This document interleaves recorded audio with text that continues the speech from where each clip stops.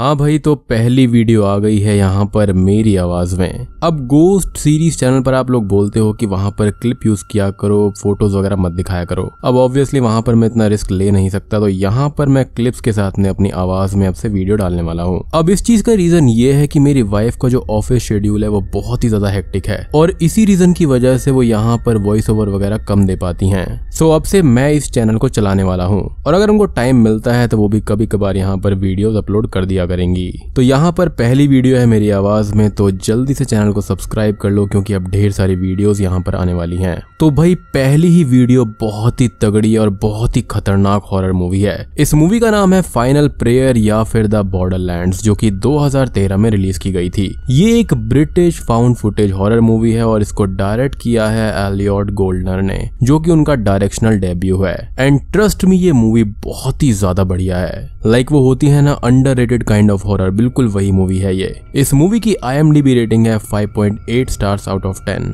लेकिन trust me इसकी rating इससे कई ज्यादा होनी चाहिए थी। अब भाई देखो, वीडियो शुरू करने से पहले मैं आपको एक बहुत ही मस्त ऐप के बारे में बताना चाहता हूँ जिसका नाम है रमी सर्कल। ये एक हुनर दिखाने वाला बिल्कुल सेफ गेमिंग ऐप है जिसपे रमी खेलकर आप पैसे जीत सकते हो। रमी सर्कल एक सेफ एंड सिक्योर्ड ऐप है जहाँ पर 1 करोड़ से भी ज्यादा एक्टिव प्लेयर्स हैं। तो अगर आपको रमी खेलना आता है तो आप खेलकर पैसे जीतिए, और अगर आपको रमी नहीं आता है तो इसमें प्रैक्टिस गेम्स खेल के आसानी से आप सीख सकते हो और फिर कैश गेम्स खेल के पैसे जीत सकते हो। और यहाँ पर डिपॉजिट के लिए सबसे सेफ फैसिलिटी आपके लिए अवेलेबल है, फिर चाहे वो पेटीएम हो, फोन पे, क्रेडिट, डेबिट कार्ड के द्वारा भी आप डिपॉजिट कर सकते हो और आपके पहले डिपॉजिट पर आपको 2000 तक का वेलकम बोनस मिल सकता है। रमी सर्कल पे रमी खेलना काफी आसान है और ये फोन में काफी ज्यादा स्मूथली भी चलता है, जैसा कि आप यहाँ पर खुद से स्क्रीन पर देख ही सकते हो। तो दोस्तों देर किस बात की है, डिस्क्रिप्शन बॉक्स में दिए गए लिंक से अभी डाउनलोड करें और रजिस्टर करते ही 2000 तक का वेलकम बोनस पाएं। आप भी रमी खेलो और कैश जीतो। इस गेम में वित्तीय जोखिम शामिल है और इसकी आदत लग सकती है, कृपया जिम्मेदारी और अपने जोखिम पर खेलें। और अगर आपका इस मूवी से रिलेटेड कोई भी डाउट है तो आप मेरी वाइफ के इंस्टाग्राम हैंडल को जाकर फॉलो कर सकते हैं और मैसेज करके आप कोई भी क्वेरी हो पूछ सकते हो। तो इंस्टाग्राम का लिंक मैं आपको नीचे डिस्क्रिप्शन में दे दूंगा। एंड मेक श्योर कि you like the channel and subscribe the channel as well, क्योंकि अब तो धमाका होने वाला है। लगातार वीडियोस आएंगी गोस्ट सीरीज चैनल पर, यहाँ पर और प्लॉट सीरीज पर भी। तो चलिए अब बिना किसी देरी के चलते हैं सीधा वीडियो की तरफ।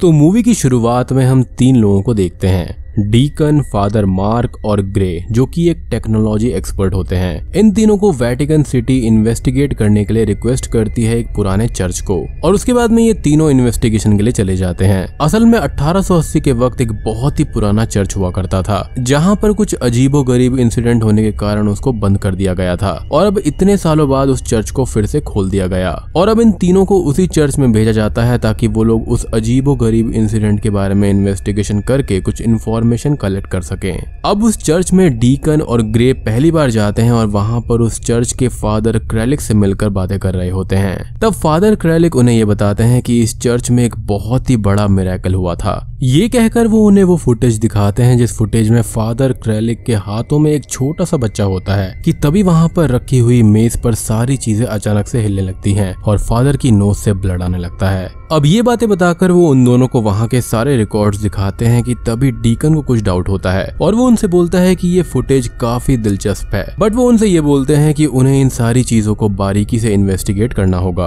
अब ये सब सुनने के बाद में फादर क्रैलिक उनसे ये कहते हैं कि ये कोई मनगढ़ंत कहानी नहीं है, यहाँ पर मौजूद सारे लोगों ने अपनी आंखों से वो इंसिडेंट देखा था। खैर मूवी के अगले सीन में हमको ग्रे को दिखाया जाता है जो कि चर्च के हर प्लेस और कॉर्नर्स पर कैमरा और रिकॉर्डिंग इक्विपमेंट वगैरह लगा रहा होता है ताकि वो वहां की हर हरकत को अच्छे से कैद कर पाए। अब फादर मार्क भी उन दोनों को ज्वाइन कर लेते हैं। अब उसी रात ये तीनों यानी कि डीकन, ग्रे और फादर मार्क अपना डिनर कर रहे होते हैं कि अचानक से उन्हें किसी के चिल्लाने की आवाज आती है। वो लोग फौरन ही दौड़कर बाहर जाते हैं तो ये देखते हैं कि किसी ने शीप को जलाकर मार डाला था। उन्हें यहाँ पर यह लगता है कि हो ना हो ये काम किसी बच्चे ने किया होगा। अब दूसरी तरफ हम फादर क्रैलिक को चर्च के अंदर प्रेयर करने के लिए जाता हुआ देख पाते हैं। असल में फादर क्रैलिक वहाँ पर डेली अपनी प्रेयर करने आया करते थे, लेकिन रात में ही कि तभी अचानक से ही कैमरा ग्लिच करने लगता है और फादर वहाँ से डर की वजह से चले जाते हैं। अब डीकन को मैंडेवल, जो कि उस चर्च के लास्ट मिनिस्टर थे, उसकी डायरी हाथ लग जाती है। अब उस डायरी के अंदर उनको ये लिखा हुआ मिलता है कि एक बार मैंडेवल के ड्रीम में भगवान आए और वो उन्हें उन्हें चर्च के ही पास एक ऑर्फनेज बनाने के लिए बोल रहे थे।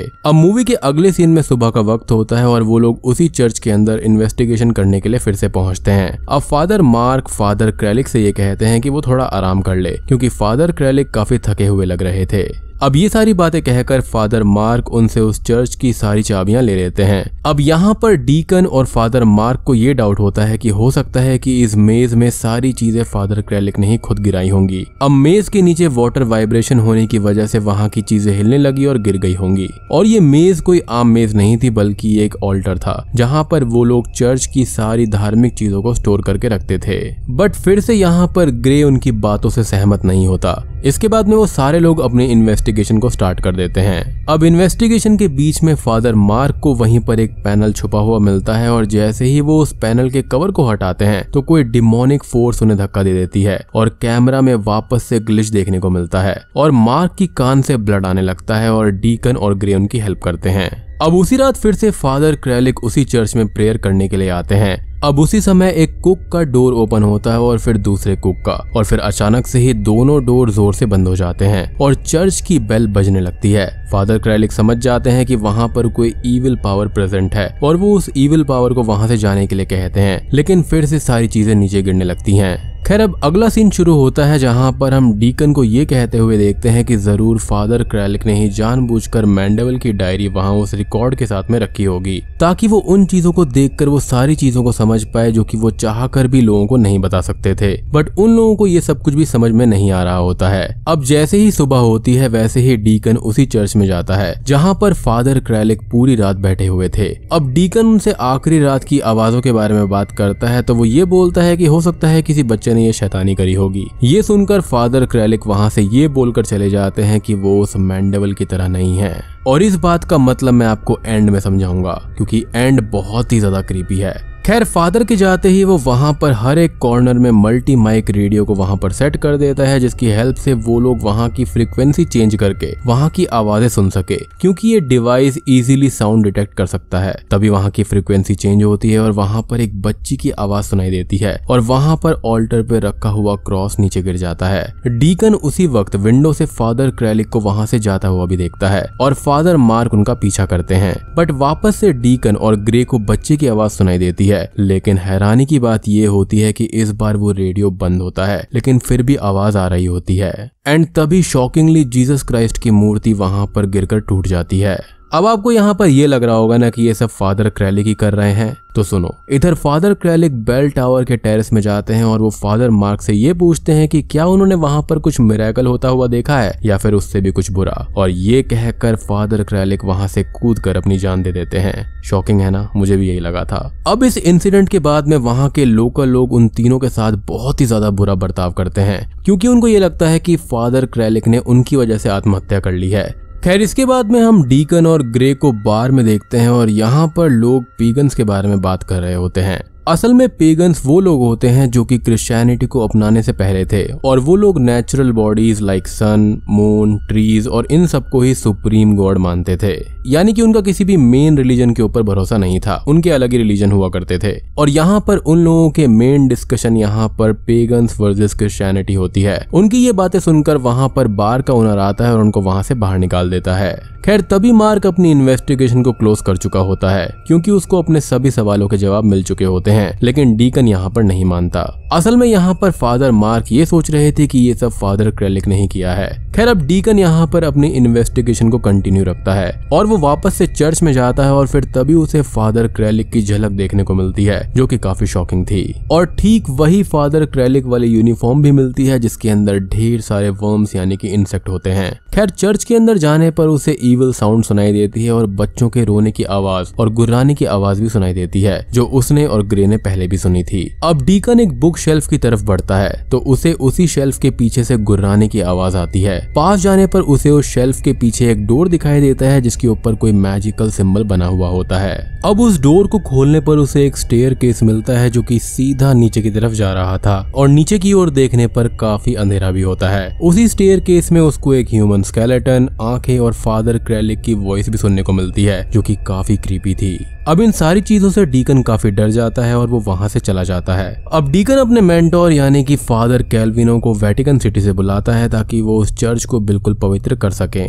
डीकन सारी रिकॉर्डेड फुटेज फादर कैल्विनो को दिखाता है कि तभी फादर मार्क ये बोलते हैं कि हो सकता है कि डीकन ने ये सारी आवाजें खुद निकाली होंगी, लेकिन फादर कैल्विनो शॉकिंगली ये बताते हैं कि यहाँ पर चर्च बनने से पहले इस प्लेस पर बलि दी जाती थी और ये लैंड जो है वो क्रिश्चियनिटी से पहले भी एग्जिस्ट करती थी और यहाँ पर पेगन लोग राज किया करते थे। लेकिन क्रिश्चियनिटी आने के बाद में यहाँ के सारे लोगों को साथ रखने के लिए इस लैंड पर फादर लोगों ने चर्च का निर्माण कर दिया। खैर अब उसके बाद में सारे लोग वापस उसी चर्च में शूट के लिए जाते हैं और फादर कैल्विनो उस चर्च को शुद्ध करने की कोशिश करते हैं, लेकिन तभी चर्च एकदम से हिलने लगता है, मीनिंग कि वहाँ पर डेविल पावर फिर से आ चुकी है और मार्क की वहीं ऑन द स्पॉट डेथ हो जाती है। फादर कैल्विनो की आंखों से ब्लड आने लगता है और वो अचानक से गुम हो जाते हैं। डीकन अब ग्रे के साथ उसी बुक शेल्फ के पीछे वाले डोर को खोलकर अंदर जाता है। स्टेयर से नीचे जाने पर उन्हें वहां पर बच्चों के बलि दिए जाने के सबूत मिलते हैं, विच एक्सप्लेन्स कि यहाँ पर बच्चों के रोने की और हंसने की आवाजें क्यों आती हैं।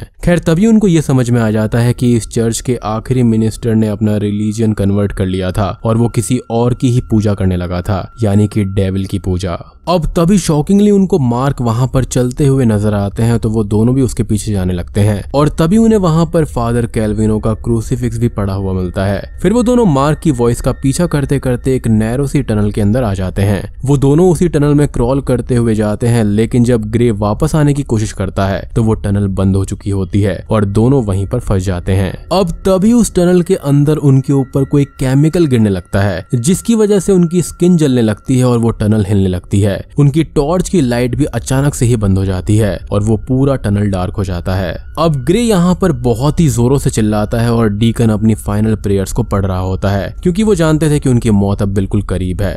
और बूम, ये मूवी यहीं पर खत्म हो जाती है। तो दोस्तों ये थी द बॉर्डरलैंड्स यानी कि फाइनल प्रेयर मूवी की कहानी। अब यहाँ पर हो सकता है कि आपको एंडिंग थोड़ी सी क्लियर नहीं हुई होगी, लेकिन खतरनाक जरूर है। तो यहाँ पर मैं आपका सस्पेंस थोड़ा सा तोड़ देता हूँ। अगर आप इस मूवी को गौर से देखेंगे तो आपको कुछ बातें अजीब लगेंगी, जैसे कि ऑल्टर के सामने जीसस क्राइस्ट की मूर्ति नहीं थी जबकि होनी चाहिए, और जो जीसस क्राइस्ट की मूर्ति को ऑल्टर के सामने होना चाहिए था उसे बुक शेल्फ के पास में रखा गया था। तो हो सकता है कि यहाँ पर उस डेविल पावर को रोकने के लिए उस मूर्ति को इंटेंशनली वहां पर रखा गया होगा, यानी कि वो सीक्रेट डोर के पास में। और दूसरा यहाँ पर ये हो सकता है कि जो मैंडेवल यानी कि जो पहले मिनिस्टर थे यहाँ के, उन्होंने पेगन्स के रिलीजन को अपना लिया होगा, यानी कि डेविल वर्शिपिंग वगैरह, और वो उन बच्चों की बलि खुद वहां पर देता होगा, क्योंकि उसकी डायरी में हमने ये लिखा हुआ देखा था कि भगवान उसके ड्रीम में आए थे और उसे ऑर्फनेज बनाने के लिए बोला था, जो कि मेरे हिसाब से यहाँ पर भगवान नहीं थे बल्कि डेविल था। तो हो सकता है कि वो इसी ऑर्फनेज से बच्चों को लाकर वहां पर बलि देता होगा। और डीकन को यहाँ पर यह लगता था कि वहाँ के लोकल्स में बहुत सारे लोग अभी भी ऐसे हैं जो कि पेगन्स को वर्शिपिंग करते हैं, और फादर क्रेलिक को भी पता लग गया था, इसलिए वो स्टार्टिंग से ही टेंशन में रहते थे। और मरने से पहले उन्होंने फादर मार्क से पूछा भी था कि क्या उन्होंने वहाँ पर कुछ मिरेकल देखा या फिर उससे भी बुरा। तो मेरे हिसाब से डेविल ने यहाँ पर पहले मिनिस्टर को खुद की तरफ कर लिया होगा, जिसकी वजह से वो यहाँ पर बलि वगैरह देते होंगे, और डेविल यहाँ पर फादर क्रेलिक को भी सेम चीज करने पर मजबूर कर रहा था। और यही रीजन है कि फादर क्रेलिक ने यह बोला था कि वो मैंडेवल जैसे नहीं है, और उन्होंने खुद की ही जान ले ली, यानी कि सुसाइड कर लिया। और सबसे ही ज्यादा शॉकिंग आपको वो टनल वाली चीज लगी होगी जो कि इस मूवी की एंडिंग है। तो यहाँ पर डीकन और ग्रे दोनों की मौत उसी टनल के अंदर हुई थी, और वहां पर काफी सारे लोग और बच्चे भी मारे गए थे। तो यहाँ पर यह पॉसिबल हो सकता है कि चर्च का जो अंडरग्राउंड है, यानी कि वो जो सीक्रेट रास्ता है, वो पूरा का पूरा खुद डेविल ही है। जी हाँ, ये कैसे पॉसिबल है? तो यहाँ पर ये इस तरह से पॉसिबल है कि वो टनल जो थी वो डेविल का पेट होगा, और जिस केमिकल की वजह से वो दोनों मारे गए थे वो बिल्कुल ही पेट के अंदर जो केमिकल होता है बिल्कुल वैसा ही था, यानी कि जो फूड को डाइजेस्ट करता है, यानी कि बाइल जूस वगैरह जो होता है। तो वो जो पूरा अंडरग्राउंड था वो मेरे ख्याल से डेविल था, जिसने यहाँ पर इतने सारे सैक्रिफाइसेस लिए हैं। और ये हम सब जानते हैं कि जो डेविल होता है वो अच्छाई की आड़ में ही बुरे काम करता है। तो ऊपर तो चर्च था, लेकिन यहाँ पर जो अंडरग्राउंड था वो पूरा डेविल का पेट था, जहाँ पर सैक्रिफाइस वगैरह हुआ करते थे।